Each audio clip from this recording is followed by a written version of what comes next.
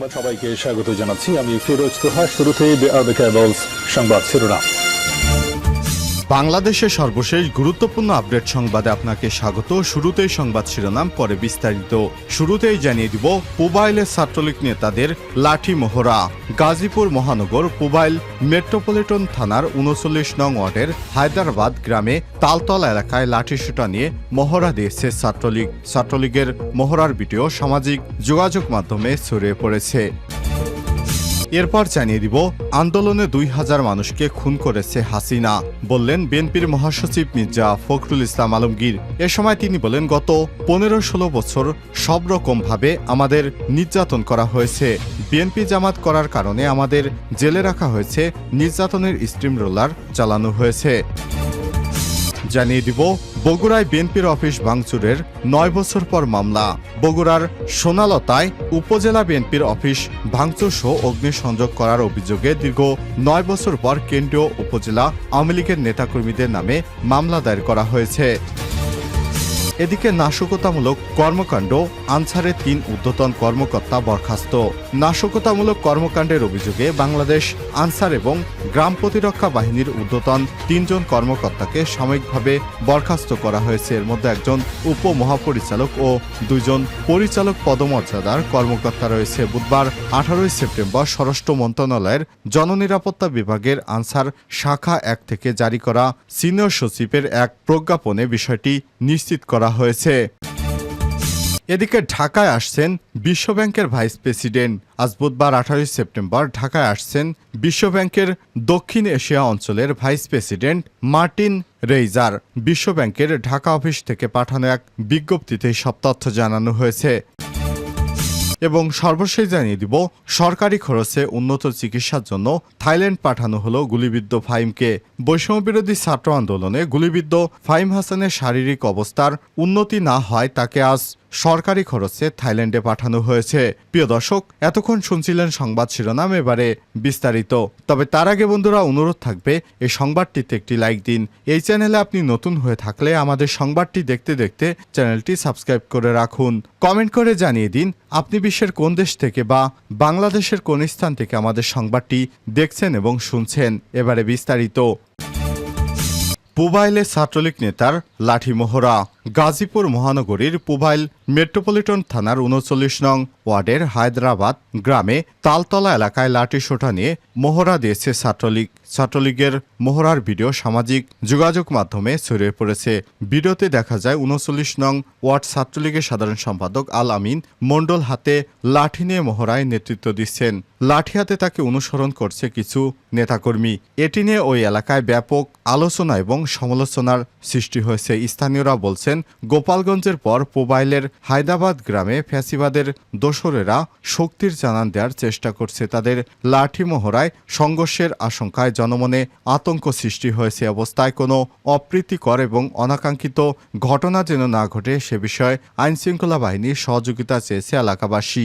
জানা যায়, গত শুক্রবার বিকেলে ওয়ার্ড ছাত্রলীগের সাধারণ সম্পাদক আলামিন মণ্ডলের নেতৃত্বে লাঠিসোঁটা নিয়ে শতাধিক ছাত্রলীগ কর্মী জড়ো হয়ে হায়দ্রাবাদ তালতলা আলামিনের অফিসের সামনে বিভিন্ন স্লোগান দিতে থাকে। হঠাৎ তাদের লাঠিসোঁটা সহ অবস্থান এর কারণে আশপাশের দোকানিদের মধ্যে ভীতির সৃষ্টি করে। সিসি ক্যামেরায় ধারণ করা ছাত্রলীগের ওই আচমকা মহড়ার ভিডিও সামাজিক যোগাযোগ মাধ্যমে ভাইরাল হয়েছে। এই ঘটনায় স্থানীয় প্রশাসনের দায় দেখছেন অনেকেই। লাঠি মহড়ার ছবি সামাজিক যোগাযোগ মাধ্যমে ছড়িয়ে পড়লেও পুলিশ প্রশাসনের পক্ষ থেকে কোনো ব্যবস্থা নেওয়া হয়নি। গত ৪ দিনেও আতঙ্কিত এলাকাবাসী অবিলম্বে শান্তিরক্ষায় পুলিশের ভূমিকা আশা করেছেন। জানা যায়, প্রয়াত শ্রমিক লীগ নেতা হাসানুল্লাহ মাস্টার এমপি এবং আত্মগোপনে থাকা তার ছেলে সাবেক যুব ক্রীড়া প্রতিমন্ত্রী জাহিদ হাসান রাসেলের জন্মস্থান গাজীপুর মহানগর ৩৯ নং ওয়ার্ডের হায়দ্রাবাদ গ্রামে। ওই গ্রামে আওয়ামী লীগ নেতাকর্মীরা গত ১৬ বছর আক্রমণাত্মক রাজনীতি করেছে। তাদের হামলা মামলার শিকার হয়েছে বিএনপি জামাতের নেতাকর্মীরা। দলটি উচ্ছৃঙ্খল নেতাকর্মীরা আবারও সংঘবদ্ধ হওয়ার চেষ্টা করছে। ছাত্রলীগ নেতার লাঠি মহড়া সেই প্রচেষ্টারই অংশ।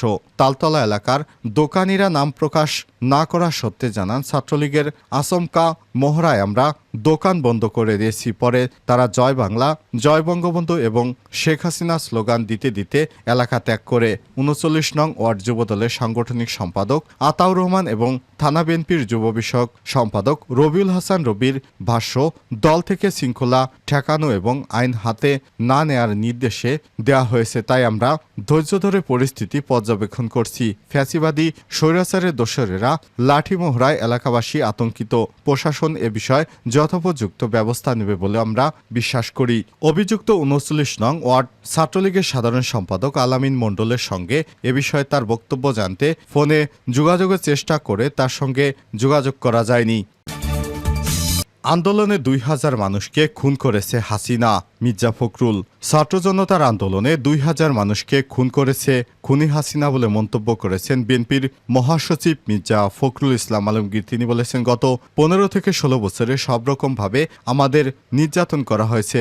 বিএনপি জামাত করার কারণে আমাদের জেলে রাখা হয়েছে। নির্যাতনের স্টিম রোলার চালানো হয়েছে। বুধবার ১৮ সেপ্টেম্বর দুপুরে ঠাকুরগাঁওয়ের হরিপুরে উপজেলা ঈদগাহ ময়দানে মাঠে উপজেলা বিএনপির আয়োজনে এক জনসভায় সব কথা বলেন তিনি। মির্জা ফখরুল ইসলাম বলেন, আল্লাহ সীমা লঙ্ঘনকারীকে ক্ষমা করেন না। তিনি যাকে খুশি তাকে ক্ষমতার মালিক বানান, আবার যাকে খুশি তাকে ফকির বানিয়ে দেন। শেখ হাসিনা নিজেকে রাজরানী মনে করেছিল, তাকে দেশ ছেড়ে পালিয়ে যেতে বাধ্য হয়েছে। গণভবন ছাত্র জনতার আগমন দেখে ভয়ে হেলিকপ্টারে করে ভারতে পালিয়েছে এই স্বৈরাচারী। প্রভাবশালী হাসিনা ভয়ে ভারতে গিয়ে করুণ অবস্থার আশ্রয় নিয়েছে। এ সময় মির্জা ফখরুল বলেন, আমি নিজে ১১ বার কারাবরণ করেছি। যারা আমাদের উপর নির্যাতন করেছে, আমাদের শাসন করেছে, জমি দখল করেছে, তারা এখন জেলে। বিএনপি জামাতের মানুষদের নির্যাতন করার জন্য তারা আয়নাঘর বানিয়েছিল। গোলাম আজমের ছেলে আজমিকে ৮ বছর ধরে আয়নাঘরে নির্যাতন করেছে। আমাদের অনেক নেতাকর্মীকে তারা গুমখুন করেছে, আয়নাঘরে বন্দি করে রেখেছে। এখনো অনেক মানুষ আমরা খবর পাইনি। আমাদের ইলিয়াস ভাইকে তারা এভাবে নিয়ে হত্যা করেছে, আমরা তার এখনো কোনো খোঁজ খবর পাইনি। বিএনপি নেতা সালাউদ্দিনকে তারা গুম করে রেখেছিল। মির্জা ফখরুল বলেন, ভারতের সীমান্তে আমাদের গুলি করে হত্যা করা হয়। আমরা ভালোভাবে থাকতে চাই, তবে গুলি করলে প্রতিবাদ করা হবে ইনশাল্লাহ। সংখ্যালঘুদের নিরাপত্তা আমাদের দিতে হবে, আমাদের সবার কাছে প্রিয় হতে হবে। আওয়ামী লীগের মতো আচরণ করলে তাদের মতোই আমাদের পরিণতি হবে। সুতরাং আমরা এদেশ শান্তি শৃঙ্খলা রক্ষার জন্য যা যা করা দরকার তা করব ইনশাল্লাহ। বগুড়ায় বিএনপির অফিস ভাঙচুরের ৯ বছর পর মামলা। বগুড়া সোনাতলায় উপজেলা বিএনপির অফিস ভাঙচুর এবং অগ্নিসংযোগ করার অভিযোগে দীর্ঘ ৯ বছর পর কেন্দ্রীয় উপজেলা আওয়ামী লীগের নেতাকর্মীদের নামে মামলা দায়ের করা হয়েছে। সোমবার ১৬ সেপ্টেম্বর বিএনপির নেতা এবং সাবেক পৌর কাউন্সিলর জহুরুল হক মণ্ডল শেফা বাদী হয়ে মামলাটি দায়ের করেন। কেন্দ্রীয় আওয়ামী লীগের বাণিজ্য বিষয়ক কমিটির সদস্য মোস্তাফিজুর রহমান শ্যামল, উপজেলা পরিষদের চেয়ারম্যান এবং উপজেলা আওয়ামী লীগের সভাপতি অ্যাডভোকেট মিনহাজুল ইসলাম লিটন, সাধারণ সম্পাদক অধ্যক্ষ আব্দুল মালেক এবং সালেক সোলার পাওয়ার লিমিটেড ব্যবস্থাপনা পরিচালক সালেক উদ্দিন সহ ১৩০ জনের নাম উল্লেখ করা হয়েছে। আরও ৫০ থেকে ৬০ জনকে অজ্ঞাতনামা আসামি করে মামলাটি দায়ের করা হয়েছে। মামলায় উল্লেখ করা হয়েছে ২০১৫ সালের ১০ই ফেব্রুয়ারি সন্ধ্যায় আওয়ামী লীগ এবং সহযোগী সংগঠনের প্রায় ২০০ নেতাকর্মীর একটি বহর পৌর সদরের মাদ্রাসা মোড়ে উপজেলা বিএনপির অফিসের সামনে ককটেল বিস্ফোরণ করার ঘটনার পর অফিসে হামলা ও ভাঙচুর, লুটপাট, অগ্নিসংযোগ ঘটায়। এতে অভিযুক্তরা প্রায় ৪,৮৫,০০০ টাকা ক্ষতি সাধন করে। নাশকতামূলক কর্মকাণ্ডে আনসারের ৩ জন ঊর্ধ্বতন কর্মকর্তাকে বরখাস্ত করা হয়েছে। নাশকতার অভিযোগে এবং এই কর্মকাণ্ডে জড়িত থাকার অভিযোগে বাংলাদেশ আনসার ও গ্রাম প্রতিরক্ষা বাহিনীর ঊর্ধ্বতন ৩ কর্মকর্তাকে বরখাস্ত করা হয়েছে। এর মধ্যে একজন উপ মহাপরিচালক এবং ২ জন পরিচালক পদমর্যাদার কর্মকর্তা রয়েছেন। বুধবার ১৮ সেপ্টেম্বর স্বরাষ্ট্র মন্ত্রণালয়ের জননিরাপত্তা বিভাগের আনসার শাখা ১ থেকে জারি করা সিনিয়র সচিব ডক্টর মোহাম্মদ আব্দুল মোমেনের সই করা পৃথক ৩টি প্রজ্ঞাপনে এসব তথ্য জানানো হয়েছে।